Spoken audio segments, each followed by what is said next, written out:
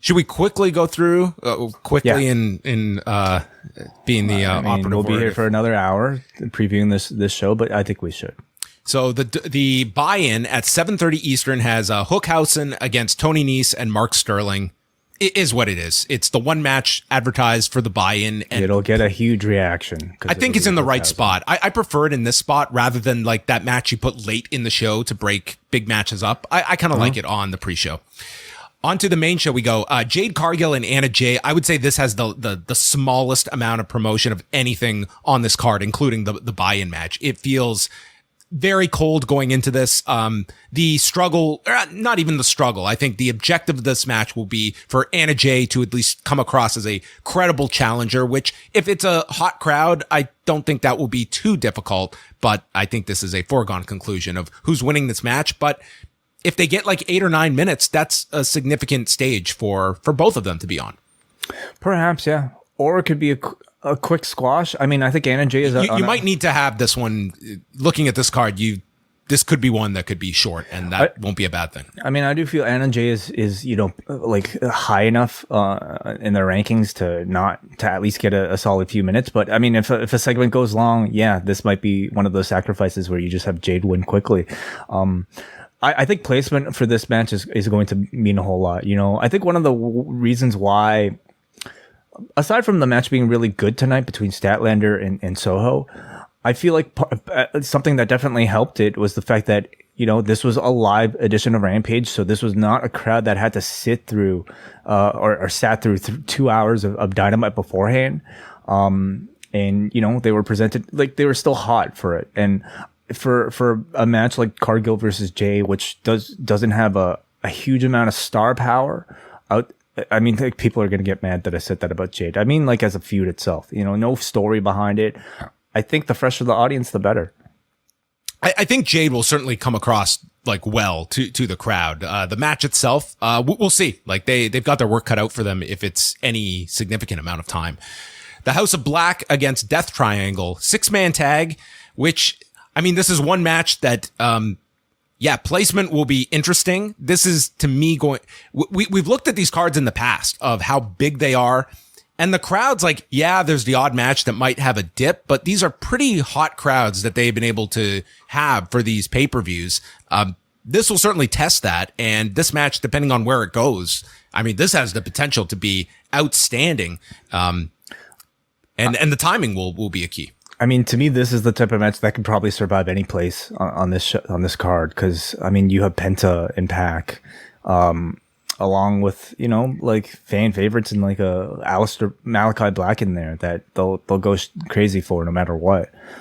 When you have I also don't think they're going to get shortchanged. I think they're going to get 15 or so. Like they have this huge window, and I don't think they're going to be afraid to use that added time if they want to. Yeah, what is this? What exactly is this added window? How much are they allowed to add to this window? Like, as I said, on Rogers, it's just listed like till 2 a.m. Oh, that's like a huge. Okay. So I don't expect us to be going that late, but I am sure they have enough padding because you do somewhat. If you believe that this potential Game 7 is enough of an issue, you want to have some padding there. When do we find out about that, by the way? Whether or not the Game 7? I mean, the game's going on right now, so we'll know maybe by 11 minutes left. Okay, we're gonna find out then. Heat are leading, so that means if they win, if the Heat win, then there's a Game 7. Okay. Wow. Yes. They're leading by 6 right now with 11 minutes to go. We shall keep an eye on that. Okay. Young Bucks against the Hardys. Yeah. I mean, this to me is a match that kind of makes itself. It's what they're billing as a dream match, and for many people, it's a match that they've never seen before. The similarities in the two and the influence of the Hardys on the Bucks is very obvious. So it's a match that I think will be very good on its own. Just when you see the two teams in the ring.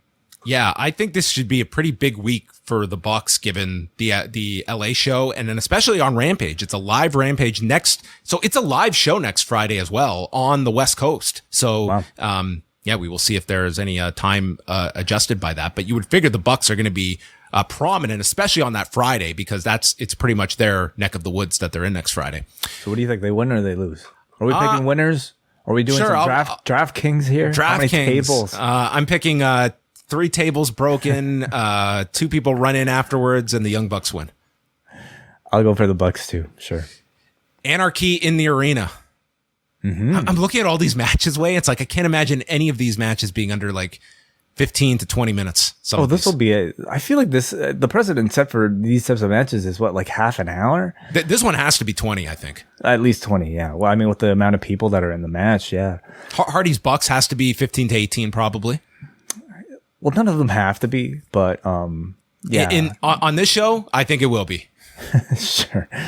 Well, just make let everybody have 45, 60 minutes. Why not? We'll find out. But what I'm looking forward to this match in this match is creativity. I know it's not Stadium Stampede, but I think one of the things that made those matches stand out so much was just some planning of certain spots and organization and having these sort of little mini rivalries in the bigger body of this match. I hope it's not just sort of a falls count anywhere brawl. You walk through the crowd hitting each other with like trash cans and shit like that. Like, I want to see some effort put into the little moments in between, some big spots. Like, what is it? Kenny Omega putting Sammy Guevara through, the thing with the one-winged angel. Like, big, memorable moments like that. Yeah, I would certainly recommend checking out the Jericho show with all of the Jericho Appreciation Society. It's it's just entertaining just to hear the 5 of them just kind of go through the development process of forming this chemistry, getting on a group chat together, and just like what their overall impressions of the group have been so far, and coming up with a lot of the different ideas, including Daniel Garcia's Kangol hat. Okay, interesting. Yes. Group chat for that. Who's winning? This one, Jericho team, and some of this continues, maybe? Some infighting on the other side?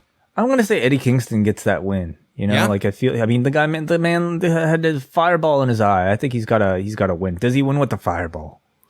See, I feel him and Jericho have to have another match at least after this. You could still do that. He's winning a multi-man match here. It still opens the door for there's certainly plenty of options of who can take the fall in this, and you preserve Kingston and Jericho. Jericho did state on the show that like the original idea was Jericho and Kingston were going to do that match, and afterwards they would become a team. But then both of them, Jericho had his issue in the UK and he was off. Kingston got hurt, and then they just went in these different directions. But this was kind of the idea originally, was like these two they'd feud, and then they'd have the mutual respect after the match and start teaming. I don't know if I ever want to see these two be friends. They're great enemies. It seems like this is a much better path for them to go in. MJF and Wardlow. This is one that does not need a ton of time, but I think it's going to have as much heat as maybe anything on this show, save for the main event. Like, when you say not a ton of time, I mean, I'm guessing you mean like bell to bell, but yes. I think the overall presentation is going to take quite a lot, if it's going to be MJF, even if the bell doesn't ring, he'll be delaying it all and throwing obstacle upon obstacle for Wardlow. Yeah, I'm not saying this is going to be a 2 or 3 minute match, but I don't see it being your 18 plus minute match that we've seen a lot of from MJF in the past. But you're right. 18-minute segment though. We'll see. You're right. This is one that has to have a lot attached to it, just given the buildup. I think this is the number 2, if not number 3 match on the show. Yeah, it doesn't have the prestige of a championship nor CM Punk attached to it, but I think for me, number 2 completely. This buildup has been outstanding. It's been one of the best things that AEW has done for an original project, and they've done such a great job with Wardlow, really. We'll group the Owen finals together. Britt Baker against Ruby Soho and Samoa Joe against Adam Cole. Who will be the 2 here? We spent a lot of time talking about Ruby Soho. I'm more and more liking the idea of her possibly turning heel, getting a more aggressive edge to her, maybe en route to winning this thing. Or she can lose and, still have some sort of significant character change. I hope it's not just the predictable Britt Baker wins and just moves on, because I don't know if anybody gains anything out of that scenario. What if Britt Baker wins and then she brings in Martha Hart as the 2 doctors in the ring? Oh, okay. No? Yeah, I don't know. Not sure. What about Joho winning the 2? Joho. Okay. Yeah. All right. Tag title match. Jurassic Express, Team Taz. Who are you picking, Joe or Cole? Cole. And yeah, I can see a total toss up between the two. I think Soho kind of needs this a bit more, but that doesn't always mean that they go that direction. Cole and Baker winning this would not shock me. Like, honestly, I think you can make cases for any of the four to win this. There's also like the fact that Joe is not lost yet. And whether we get like Lethal involved in this in some form or fashion, but I'll go with Cole and Soho. Yeah. I'm going Cole. Coleho. Okay. Yeah. Tag title match. I like the idea of Lee and Strickland winning. I think that Strickland has come in, and I think he has really set himself apart from a lot of the other debuting names in terms of just finding a place on the show real quickly. But I also feel that Jungle Boy and Luchasaurus, there's an interesting story you can continue with them as champions, or just have them lose it here and continue that tease of the breakup. So I'll go with Lee and Strickland to win this. I kind of like the idea of Starks and Hobbs, winning it, putting it on a heel team. I think Starks has been fantastic. Hobbs, it would give him a championship to play around with, and it gives somebody for Lee and Strickland to chase. Because, I don't necessarily see Jungle Boy and Luchasaurus. I feel like they've lost a lot of steam, I have to say, in recent weeks. And I don't exactly know why that is, because they've been terrific since they've won them. But I feel like, the attention in the tag division has kind of been placed off of them recently. But they've got this Christian thing that's been bubbling from the background. So I feel like a loss will really kind of, kick that into gear and, put the focus on another team in the tag division. Thunder Rosa and Serena Deeb. I think this is going to have a lot of attention on it and has the potential to be, I think, a really great match. I think Serena Deeb's big matches have delivered pretty consistently, and this is the most significant title defense Thunder Rosa has had since winning the belt from Baker back in March.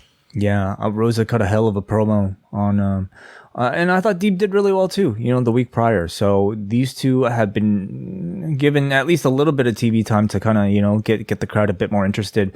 I don't think the result is in question for anybody here. Rosa is just kind of starting her reign, and Deeb doesn't necessarily feel like, a hot enough character for them to put the division behind her. So Rosa wins this one. Again, I feel like match placement will be interesting for this one as well, because it could get lost, if it's this one will probably go late. Yeah. We'll see how well the crowd handles it and how well the two of them do. Kyle O'Reilly and Darby Allin. I could see this being a candidate to open the pay-per-view. Yeah, that would sound great. Sure. Just a really great match. I mean, it's Kyle O'Reilly on pay-per-view for the first time in an AEW setting. That'll be hot. And I don't like it. You're guaranteed a great match here. These are two wildly contrasting styles too that I'm looking forward to. Like, Darby can do a lot of like chain wrestling and such that doesn't always get spotlighted, but I think this could be, I'm not even going to call this a sleeper match. I think everyone's looking at this as like, if it gets its due time, like this could be like added to the list of what could be very strong. I could honestly see this being in the upper echelon of matches that we talk about on Sunday. Yeah, believe me, when they added 2 matches to an already 11 card match tonight, there was no way I was predicting two. I thought mixed tag likely, but I did not understand or see 2 matches being thrown onto this show. I was hardly jumping for joy, but I'm also not really that disappointed either, especially when it's Kyle O'Reilly versus Darby Allin. If you're just going to add a match cold completely out of the blue, I mean, with some of the Sting injury stuff in the background, sure, this is definitely one that I think will make the hardcore audience very happy. Then it's the mixed trios match. I am very interested, and I think most will be, of how Paige Van Zandt performs in this. She has been training with Gangrel for some time now. There you go. So there you have that connection. And yeah, the crowd's going to be all over the place for this match, I would think. And that'll either help and make it a spectacle, or might make it really tough, because I don't think they're going to know how to react for some, but they will know how to react to Guevara and Conti, and juxtapose that with, Dan Lambert's crew as well. This will be, I don't know what this is going to be, but it'll have people's attention. That is definitely right. It'll be really fascinating seeing how I have no doubt that they will boo Sammy and they will boo Ty. But when they tag Frankie in, are they going to boo the other team and cheer Frankie? I'm not sure. It's not like Frankie Kazarian's like that big of a babyface that I think they'll largely maybe just kind of be apathetic towards him. But I think Sammy and Ty are big enough heels that they will cheer Sky, Page, and Van Zandt. Page and Page. That's right. Oh my God, we're gonna have Page and Page to call, and then Hangman Page against CM Punk in the main event. 3 pages on this show. Oh, there's a lot. Yes, you got to turn the pages to get to all of these matches. Great build.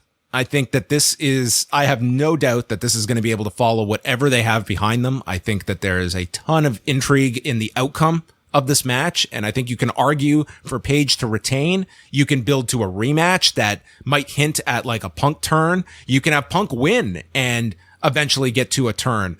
I think that whether this becomes a 2-match program or this is it for now and we come back to this in a year and a half, I think at some point you need to get this belt onto Punk because I just think there's too many big matches to make with Punk as champion, and he's 43. I think now is the time to do it. So yeah, you could put it off for another show, but I do like the idea of Punk winning this title and having several big matches with Danielson, with Omega, with Joe, and eventually Page again, who should be, always in that main event orbit. You make some good points. Yeah. I was definitely more leaning towards Hangman with like a rematch, with a very short turnaround to a rematch between the two. But I mean, at 43, like the man is like, one bad injury away from being put on the shelf for like several months. And if you're Tony Khan, do you want to risk that? At a time when you have a very hot CM Punk, and I'm sure he will continue to be if he stays healthy. But again, no guarantee of that happening. So maybe now's the time to end the pay-per-view with a big moment, having CM Punk holding that belt.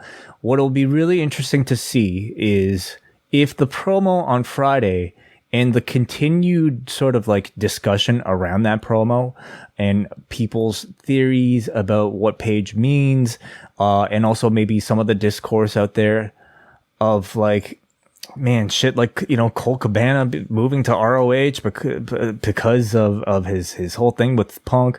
How much negative dissent is there going to be towards CM Punk that has just kind of occurred over the past little bit?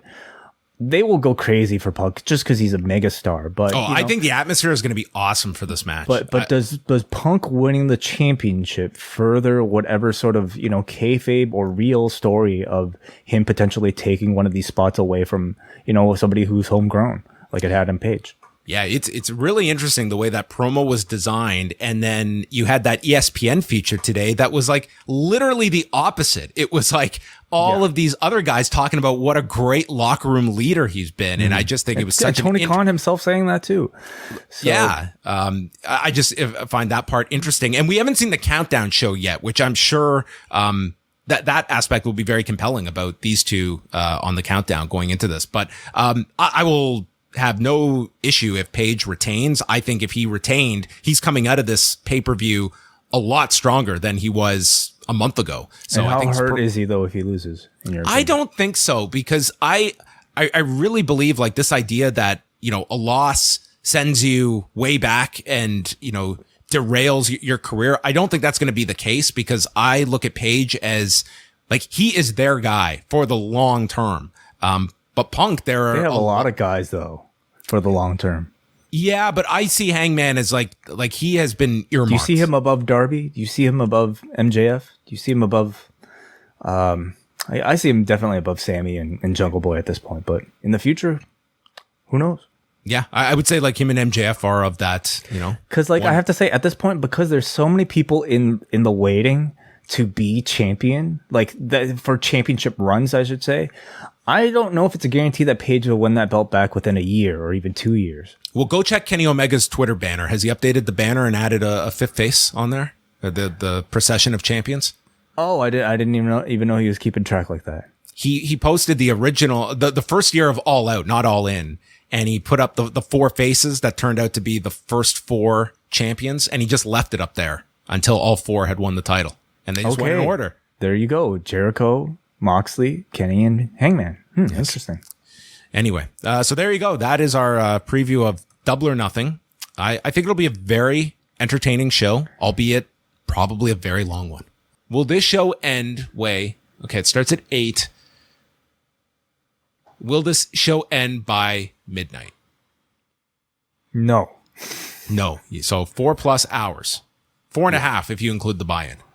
Yeah, I mean, we got 12 matches, man. What time will we go live on Sunday night? What would you think? Oh, okay. God. Set your DVR. I'm going to say 1. 1? If we're going live at 1, I'm going to be a miserable person. I feel like this show will go till like 12:30. Wow. If they have that extra window. That's so late. It's like UFC territory now. I guess Dana told them, it's like, dude, don't worry about the East Coast. They'll watch anything till any time. People overseas, they're fine. They'll stay up. They'll take the day off work. We will see. I hope we are live by midnight, but Way doesn't think so. So we will find out. But thanks to all of you. I hope you join us on Sunday live minutes after the pay-per-view, and double Ice Cap and Espresso patrons can call in. You can leave your feedback at forum.postwrestling.com. And we thank you all for supporting postwrestlingcafe.com. So, this weekend you can look out for Karen's, Dream Slam Weekly dropping Saturday, and a report on the Stardom pay-per-view that is taking place in just a couple of hours from now. So that is coming up on top of it. So, Way, have yourself a great weekend. Maybe a nap before Double or Nothing, and we will see if this pay-per-view goes double the length of a standard show or nothing. Probably not nothing, but sure. Right. You too, John. Thanks. Before Way cuts me off, goodbye.